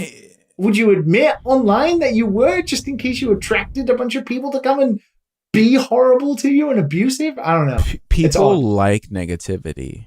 I mean, that's with everything. It's not specific to games, but people do like negativity. You know, regardless of it could be something that's going on in their life, whatever. And they love hearing people shout on stuff very loudly. You know, a lot of the YouTubers nowadays are very just like rawr and very emotionally driven. You know, it's what people like, and that's what Jim is. You know, that's his audience. He knows his audience. He's probably like, I don't know. I've met him before real life. He's pretty calm IRL. You know, that could just be... It's his persona, It could just be like his thing for, you know, like when he gets in the YouTuber mode, it's just a little angry, you know? How about George, how about you? Because you're not overly negative. Yeah. Sometimes you gush about like those weird games. Yeah. Gorillas. Yeah. And people love generally hearing passion from you, which I think is the better George. I think that the toxicity being referred to is a two-way street stemming from a long and complicated history of the way gamer humor was portrayed in the 90s and how that has been leveraged in the 2000s into citizen media that like should shine a spotlight on a lot of important issues that should have this kind of negativity directed for it. But at the same time, I feel like we're also at a point in history where we can see that there was actionable backfiring within the game community around how that negativity got harnessed for certain causes that has since gone on to make the gamer stereotype even more negative than it was in the 90s. A lot of very, very cheap magazine writing from recent journalism grads in the review section, I feel, is to blame for a lot of humor that became popular on Something Awful and 4chan around the mid-2000s, which is to blame for a lot of the negativity and hyper-aggressive online violence you see in a lot of alt-right online communities that bleed through in gamer communities. And what Jim Sterling may have accidentally, unintentionally done at some point in that process is market hyper-intense gamer negativity as normal. And that's what I don't think we really want is for that level of exaggerated negativity to be the stereotype even when gamers are supposed to be enjoying themselves, having a fun, good time. But at the same time, do you honestly think that nothing that we would even know about crunch, for example, Right. if that character wasn't as shocked and appalled by it as he is, you know? Yeah. I don't know, because the opposite of that is that Jim isn't talking about those things unless it gets reported by somebody else. He's not doing the investigative journalism to get into that. He's finding sources from like Jason Schreier, who does the work. Whether you like Jason or not is, for everybody to decide by themselves. But he's the guy just going out and getting the facts and the one reporting it without his own negativity or bias on top of that. It's the pure facts of those kind of things. And then that gets reported on by other YouTubers or people who want to, fuck these guys, kind of thing. I don't know. Jim Sterling's big beat was gambling. Back when I was following the Jimquisition super closely. Yeah, Jim did excellent work when it came to like DLC and loot boxes and all that kind of stuff. Yeah, he had sources. He did original reporting on gambling and loot boxes. But since then, it has become his brand, though. Not to just talk about Jim Sterling being angry video game nerd here, but it's just like it's his brand now. Yeah, he's popular, and that's the thing, right? Can you imagine him putting out a video and him being nice about something? Absolutely not. That would be a great gimmick for a spin-off, because it would be juxtapose okay the with main it. brand. But the majority of the audience, I don't think the Deadly Premonition 2 comes out soon, so maybe we'll see another 10 out of 10 from Jim Sterling. Oh yeah, he's gonna have a field day with that. Yeah. It happens. Jim Sterling does have some happy moments. Like on here, he was fine. I think it's just a YouTube thing. Give that man a shitty Dynasty Warriors game, and he will be happy as a clam. Yeah. If you've watched a lot of him, you can. I don't know. He seems like a pretty accepting person outside of the whole like angry at video games thing. The stuff that he talks about. Angry at gambling and microtransaction and what's the catch-all term? Anti-consumer practices in video. Yeah. I mean, when you have like a whole industry built on the fact that the OG original dude is basically the angry video game nerd, I mean, it was always going to spawn off into yeah. And that guy's not really that angry, so. And that still came from somewhere. Like before him, there was Something Awful and Old Man Murray, and a lot of that came from the magazines themselves. Like every year, Game Informer would have a parody issue called Game and Farcer, and it tore everyone apart. It was so mean. It was definitely not as mean as the internet stuff, but like mean video game humor was still a thing. Yeah, it's so odd that people can argue against. It's just you're looking for somebody to agree with you, whether you don't like a game or you like a game. If IGN likes the game you like, you're fine with the review. Yeah. If IGN hates the game you love and gives it like an 8, and it's like a 10 out of 10 to you. Oh, can't spell ignorant without IGN. Yeah. You will go looking for the YouTuber who backs up your opinion. Yeah. And a lot of the time, it's the YouTubers who are like, IGN once again gives game 10 out of 10, even though it's clearly mediocre, and the Metacritic says something like, there's a lot of negativity. People like that stuff, man. Drama. What you're getting a kid into when you get a kid into video games is you're getting them into a complicated psychological journey through the darkest parts of the human brain and what people do as a society when you close them into each other in shitty conditions. And that's what our next question is going to address from Kobe D. Kobe! Regarding all the recent accusations over abuse and bullying, online gaming culture is being forced to reckon with itself. Band-Aid solutions are one step, but it's obvious that the culture needs to change. Kobe. I think we should learn from how we evolved or devolved from our past to inform our future. My question is, what are some things that were prevalent in gaming culture in the 90s and 2000s that didn't survive through the 2010s? Do you think that the same might happen for 2010's gaming culture? And what do you believe should be the first to stay or go for 2020 and beyond? Well, thank God the things I disliked about the 2010s gaming that we've already talked about disappeared. And it's like annual Assassin's Creed and Call of Duty games that were stagnating the market massively before we had the wondrous, revolution of games where, you can turn on Steam or PSN now and have a plethora of games on sale. That era where I just walk into a game store and it would be the new Assassin's Creed or the new Call of Duty, the new Battlefield or whatever, and the cycle would repeat. Now it's BRs now. I mean, it is, yeah. I mean, there's always something. That's a step up, man. Step up. Yeah. I mean, a free VR game a year is better than a new 80-hour Assassin's Creed slog a year. It was stagnating the market, and that's what I didn't like about the 2010s. I didn't like that we didn't have the variation we have now, and that comes from the ability that in the early 2010s nobody could make games like they can now, and now we live in an era where people can make games all the time. So, man, I don't know if I would have survived in gaming if it wasn't for indie games, man. Let me tell you.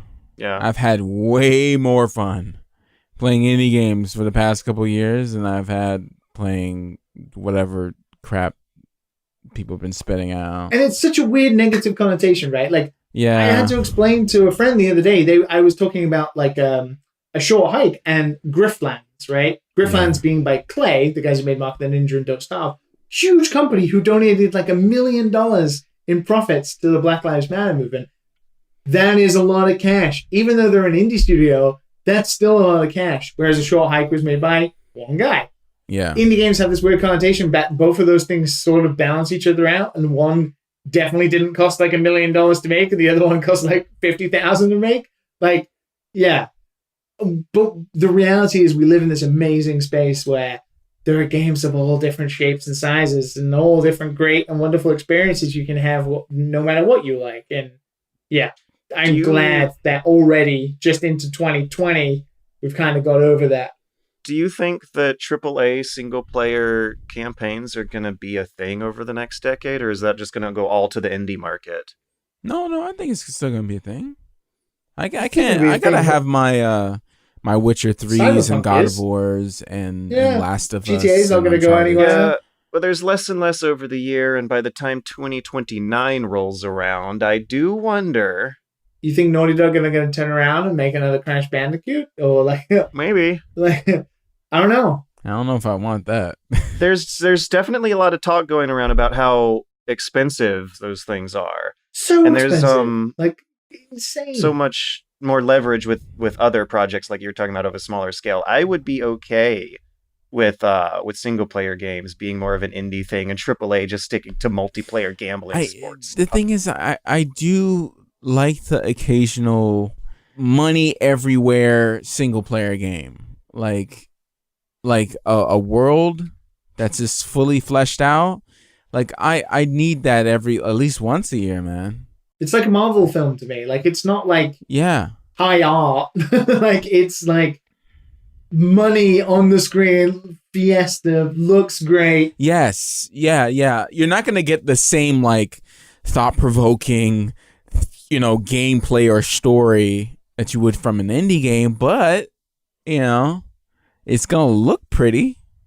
And I agree in everything. I'm scared. I'm afraid of the future. I'm George. I'm afraid of the future, and I'm afraid that the budgets for that sort of stuff is not going to be sustainable by the end of the 2020s. Are single players dying, George? Isn't that the big question you see in the editorial headlines on Polygon? Are single players dying? Single players dying. There's a lot of multiplayer, but I there's no way single players die. Like, not everyone wants to get shot in Warzone. And even if they did for a short time, the cycle would repeat and somebody would come out with a huge single player experience, let's say like a Ghost of Tsushima or something, and then everyone's like, oh, these games are great. Like Dark Souls, Sekiro, or whatever, right? Like, these games have got to exist. So what about the old never-ending franchises like Resident Evil? Is Resident Evil still going to be around by the end of the decade? I don't know about that. It's on to. I'm gonna talk shit about Resident Evil. I don't know about that, man. I don't know about Resident Evil. Okay, can I say that one thing that I hope gaming culture evolves and becomes very different. I think a lot of what we were just talking about, observations we were made with regarding how there would be a big Assassin's Creed yearly installment in the mid-2000s comes from consumerism being less questioned back then than it is now. Money is tighter for consumers. Well, the market space was smaller as well. Capitalism is less popular than it was. There are financial crises facing the system. And one thing I would like to see happen to gamer culture by the end of the 2020s is for there to be less requests for the never-ending franchises to keep going. I am fucking-K if they finally put Resident Evil to bed. Maybe even to a farther extent stuff like Zelda and Pokemon. I am so freaking... I would be so okay if instead of seeing people make requests to bring back Silent Hill or bring back Castlevania, instead they make some new intellectual properties with their creative energies. I'm ready for new. I'm definitely ready for new. I'm always ready for new. And so I'm wondering if by the end of the 2020s, millennials will get so old and cynical that they will finally stop asking for sequels to these never-ending franchises that have been around since the 80s and have had sequel after sequel after sequel come out every 2-3 years for our entire lifetimes. Does that count for reboots, reimaginings like God of War, which are distinctly very different games? But, Yeah, like, can't you just... How different would the world really be if God of War 2018 had a different name? If it was the same exact product otherwise, if it was a God of War inspired beat 'em up that took place in the Norse mythology universe, but it had any different name. It was God of War. Yeah, it was the same Kratos. You could surely what I'm getting at. It was very I know what you get. style. My bad. I know what you're getting at. Yeah. It would have been successful, but it wouldn't have been as successful. And that's so sad. There was a moment, George. There was a moment in there that definitely tied it, And without it, I don't know if it would be as memorable, I guess. Was that last year or the year before? I think it was the year before, right? That was a pretty good year for AAA single player games. Spider-Man, God of War. I think it was a couple of others. I'm the only one, but I'll still shout. Spider-Man was a good ass game. I thought it was a good game too. So good, and Miles Morales is coming back, and they fixed his hairline. We good. We back. We back, baby. Jeez. RDR2 came out in 2018 too. 2018 was. Wow. Anyway, Horizon's coming soon as well. The last Resident Evil I played was pretty good though. It was fun. I didn't play 3, but 2 was great. They're great. All fine, but it feels like at this point Resident Evil is just a catch-all for survival horror. It's just Capcom's survival horror franchise. Was it Resident Evil 2 that I played with you guys? Yeah.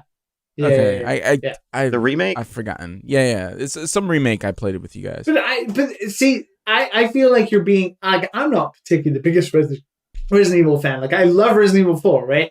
But I feel like you're being a bit harsh towards a series that has constantly reinvented itself, even though it sticks to horror. 3 to 4 was a massive change. 1 to 2 was a massive change. And, from 6 to 7, you could argue is the biggest change any franchise has ever gone through. And, that's a bit unfair. The gameplay and the experiences are great. You can ignore the name. There's a new character in 7. It's got a completely different setting. It goes from a bit more of a PT style horror. That's right. Okay, 7 I did enjoy. 7 was great. Actually quite enjoyed 7 a lot. And Capcom know that, so they were smart enough to call it Kitchen in the beginning. And then everybody teased it around that. And even now with 8, they're calling it Village because they know that if you attach the name, even though it's not, the expectation is a little different. It sort of is different. But you just brought up that it's been reinvented so many times, and you can actively ignore the name, and it just feels so shameless. We're not talking about the game. We're not. How they're making a brand new game. They just attached the name to it. They're not. The DNA of the series doesn't exist. Resident Evil 4 doesn't exist. It exists in a different series, The Evil Within, right? Like, it's a different game. Yeah. Like, 7 is different to 6. Like, it moved. 2 is very different to 7. And I don't know. It's just the name that is there. 7 had like Outlast vibes. If you ever played Outlast, and then like the doctor's chasing you, buddy, where are you, buddy? Oh, I see you, buddy. And you like hiding under the bed. Oh my god, I love moments like that in games. For comparison, like if you booted up a movie called something like Chainsaw Maniac 7, that creates a certain baseline of expectations, you know? There comes an expectation of cheapness when the numbers get that high. And games... Okay. I get it. But if they released 7 and they called it Kitchen and it played like a horror game, everyone would be like, why the hell didn't they just call it Resident Evil? It's a Capcom horror game. I don't know. That feels like such a specific to video games thing. You're naming the game off of the genre of gameplay more so than the characters and the plot of the story. And it does feel like something that will eventually grow out of before we die in this industry. I feel like the name gives them pull. Like as soon as you're playing, you know, that new Resident Evil game, or do you know the new Kitchen game? Like there's a name. Yeah, it's marketing immediately. The dollars don't lie. I know why they do it. I just it just feels kind of dumb. You hope for them to not make money. They gotta get that money. They gotta get that money. Everyone knows Resident Evil, new Resident Evil. That's it. When they go into GameStop, when the normies go into GameStop, can I get the new Resident Evil? Let me get that new, please.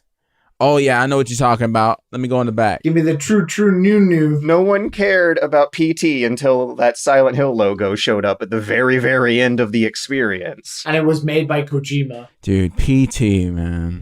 A Kojima horror game without any kind of baggage or expectations to it sounds like a more fun ride for me than Kojima making a sequel to an established horror franchise. Of course. I still get sad about PT.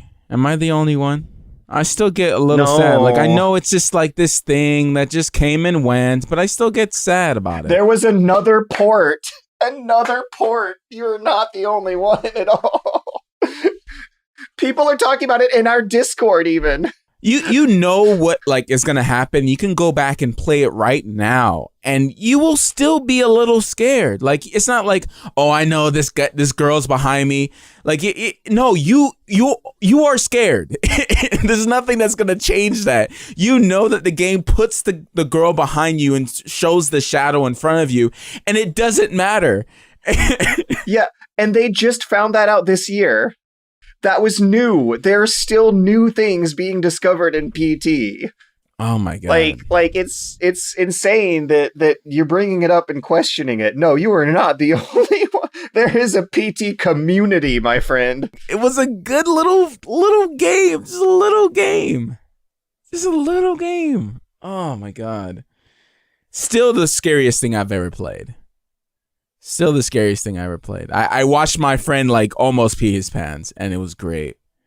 And I was scared watching him play, and the screen was very far away from me. If I was God, I would make everyone play PT and Subnautica and RE7. Because on VR, that's the real deal. Yeah, Liam, do you have time for a next question? Depends how long we drag it out for. Let's go. Well, good for you, Liam, because we just have some novelty questions from Argus Swift. Argus Swift wants to know, Liam, what's your favorite non-ball related sport? I guess right now it's Formula One, I guess.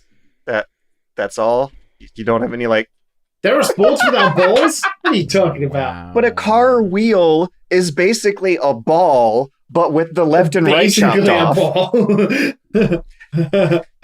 I like... It's basically a ball that can only roll in two directions. I mean, yeah, probably that, I guess. Formula One is what I'm into at the moment. I watched the highlights of the race from the weekend. It was good fun. Go Lando. Whoa, wait, is Lando the good guy or the bad guy from our racing story the other week? Oh yeah, he was the bad guy in my racing story, but he's the good guy in real life. He's like a 20-year-old British dude who fucking came third, and he posted the best tweet. He was like, 3 days ago, I was a full-time Twitch streamer. Now I came third in the Grand Prix. So Liam's a good guy in real life, but a bad guy in the Matrix? Or Lando, rather. Maybe. Lando Norris. Lando Norrizian. Yeah. Lando Norrizian. Anyway, that's me. Matt, how important is a good camera for a beginner photography enthusiast? No, it's not important. Okay, like, I guess let's define that real quickly. I understand we're pressed for time. Good camera. You could use your phone, man. Yes. There's a couple pictures I have on my Instagram that's from my phone, and you probably won't even know it. You know, it's just kind of the way you use the tool that you have. If you wanted to get like a DSLR, you know, to start off, I mean, there's a couple of them for, I don't know what you consider expensive, but like for like $300, get yourself like maybe a 50 millimeter, and you'll be able to do all the little cool shots, some close in, some portraits, stuff like that. But really, get whatever you want. I bought my sister a Nikon D3500, I believe, and she used it for years, and she got good, really good. She didn't have, you know, the best Canon or Sony or whatever like that. She used what she had. Her friends had like expensive cameras, but she had this like, you know, cheaper Nikon, and she killed it. And she is amazing now. Absolutely amazing, because she practiced. Practice, get good at lighting. Lighting is everything. And use the tool that you have, even if it's just your camera phone.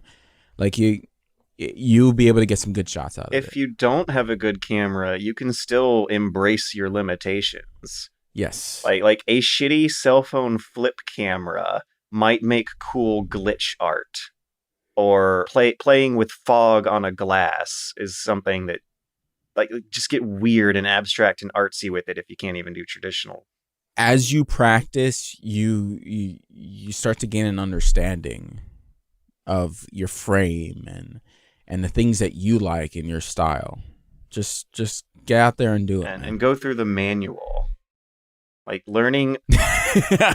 No, I'm serious. Whenever I get a new camera, I read all the way through the manual, and that makes a huge difference, because you know what every setting does and where it is, and all of a sudden I feel like way more of a professional, and all I did was read the manual. Well, there you go. So read the manual from George. Read the manual, and then if you take it up, you can sign up to our Patreon, where we have a photography channel. And you can post your photos in there. You guys need to chill. All right, George. Need to chill, more like. Argus Swift asks, George, how did your selfie game get so good? I read the manual. Oh my god. Punchline reached. Oh my god. Matt mentioned lighting, and also how expensive the camera is doesn't matter all the time. Is this not an ironic answer about just your bed frame picture we use for everything? Yeah, it's cute, and I think that actually was on a not super fancy camera either. But yeah, if you dedicate 3 hours to reading through your camera's manual and playing with lights, you'll figure out just how big of a difference lighting can make.